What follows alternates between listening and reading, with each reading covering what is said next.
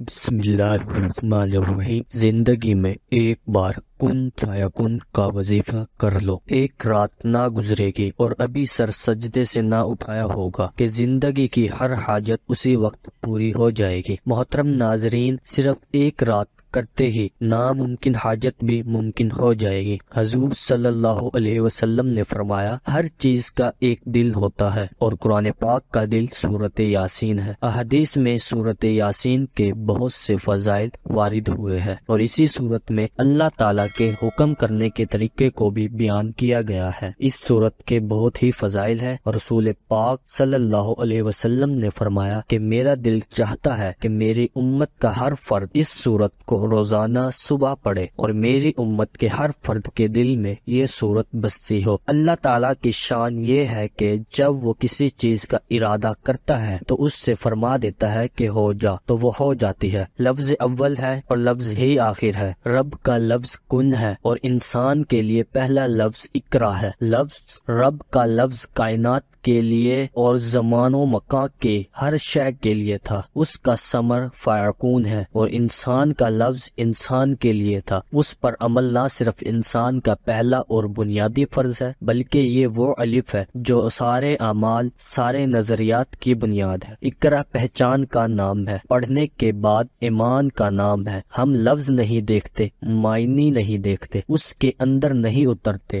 ہم اس پر بغیر دیکھے ایمان لاتے ہیں۔ ایک بیش و قیمت جزدان میں لپیٹ کر اونچے مقام پر رکھ دیتے ہیں، آنکھیں بند کر کے اس کا طواف کرتے ہیں، اپنے ہاتھوں سے چھونا تو دور کنار، اس بارے میں سوچنے کا بھی وقت مشکل سے نکالتے ہیں۔ اگر دل میں اتر جانا ہی اپنی لگن، اپنی توجہ کا سب سے بڑا راستہ ہوتا تو پھر کتاب کی کیا ضرورت تھی؟ کتاب اس لیے ہے کہ ہم بار بار پڑھیں، ہر بار نئے معنی تلاش کریں، پھر ہمیں اس میں نئے معنی اور بروقت رہنمائی نصیب ہوگی۔ لفظ کی حرمت یہ ہے کہ جو پڑھے یہ جانے کہ یہ وحی اسی کے لیے اسی وقت اس کے دل پر نازل ہوئی ہے۔ اللہ کے ہر حرف میں ایک جہان معنی آباد ہے جس کا ہماری سوچ احاطہ بھی نہیں کر سکتی۔ ہم صرف اپنی صلاحیت کے مطابق اس میں سے معنی اخذ کرتے ہیں۔ تو پھر انسان جو اللہ کے نور کا پر تو ہے، اس کے حرف کے اندر بھی کئی معنی پوشیدہ ہو سکتے ہیں اور ہوتے ہیں۔ خیر، یہ بہت وسیع موضوع ہے، میں کن فیکون کی ترکیب درج کر رہا ہوں۔ جو بھی کرے باپریز کرے، یعنی گوشت، انڈا، کچا لہسن، پیاز نہ کھائے اور پڑھنے سے پہلے 7 مرتبہ آیت الکرسی اور چاروں کل پڑھ کر اپنے اوپر دم ضرور کیا کرے تاکہ آپ برائی کے اثرات۔ کن فیکون کا وظیفہ ہر حاجت کے لیے کیا جاتا ہے۔ اگر جاب نہیں لگ رہی یا ویزے کا مسئلہ ہے، اولاد نہیں ہو رہی، شادی کی بندش یا رکاوٹ ہے، یا پسند کی شادی میں کوئی رکاوٹ ہے، کاروباری بندش، جادو سحر سے حفاظت، سرکاری ملازمت کے حصول و غرض، ہر مقصد کے لیے پڑھ سکتے ہیں۔ ذاتی مکان کی خواہش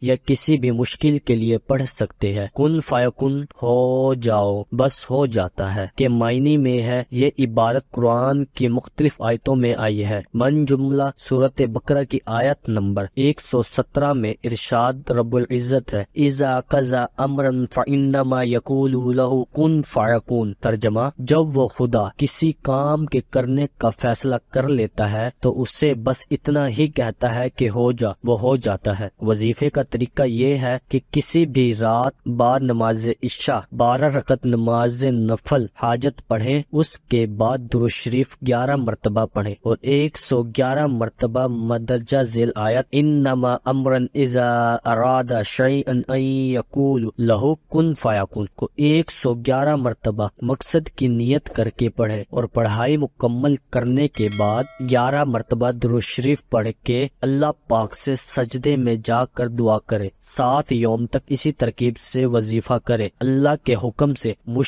مشکل حاجات اللہ پاک پوری کرے گے۔ ہر جائز مقصد کے لیے پڑھ سکتے ہیں۔ محترم ناظرین، ایک بادشاہ نے کسی بات پر خوش ہو کر ایک شخص کو یہ اختیار دیا کہ وہ سورج غروب ہونے تک جتنی زمین کا دائرہ مکمل کر لے گا وہ زمین اس کو الاٹ کر دی جائے گی۔ اگر وہ دائرہ مکمل نہ کر سکا اور سورج غروب ہو گیا تو اسے کچھ نہیں ملے گا۔ یہ سن کر وہ شخص چل پڑا۔ چلتے چلتے ظہر ہو گئی تو اسے خیال آیا کہ اب واپسی کا چکر شروع کر دینا چاہیے، مگر پھر لالچ نے غلبہ پا لیا اور سوچا کہ تھوڑا سا اور آگے سے چکر کاٹ لوں۔ پھر واپسی کا خیال آیا تو سامنے کے خوبصورت پہاڑ کو دیکھ کر اس نے سوچا اس کو بھی اپنی جاگیر میں شامل کر لینا چاہیے۔ الغرض واپسی کا سفر کافی دیر سے شروع کیا۔ اب واپسی میں یوں لگتا تھا جیسے سورج نے اس کے ساتھ مسابقت شروع کر دی ہے۔ وہ جتنا تیز چلتا پتہ چلتا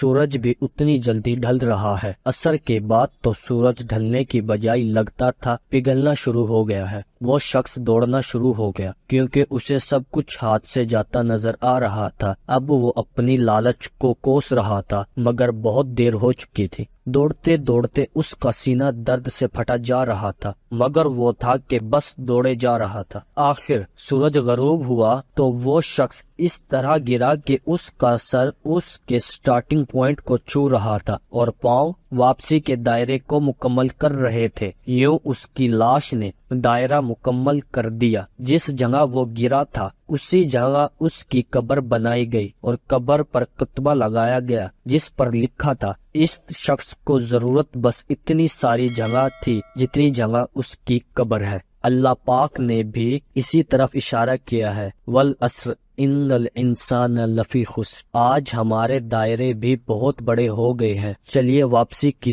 سوچتے ہیں۔ اللہ پاک ہمیں موت سے پہلے موت کی تیاری کی توفیق نصیب فرمائے اور خاتمہ بالخیر فرمائے، آمین۔ اللہ ہم سب کا حامی و ناصر ہو، آمین۔ ناظرین کمنٹس باکس میں اللہ تعالیٰ کے 99 ناموں میں سے ایک نام ضرور ٹائپ کریں۔ محترم ناظرین ایک بار میرے ساتھ درود پاک بھی پڑھیے تاکہ ثواب ملے۔ بسم اللہ الرحمن الرحیم، اللہم صلی علی محمد وعلی آل محمد کما صلیت علی ابراہیم وعلی آل ابراہیم انک حمید مجید، اللہم بارک علی محمد وعلی آل محمد کما بارکت علی ابراہیم وعلی آل ابراہیم انک حمید مجید۔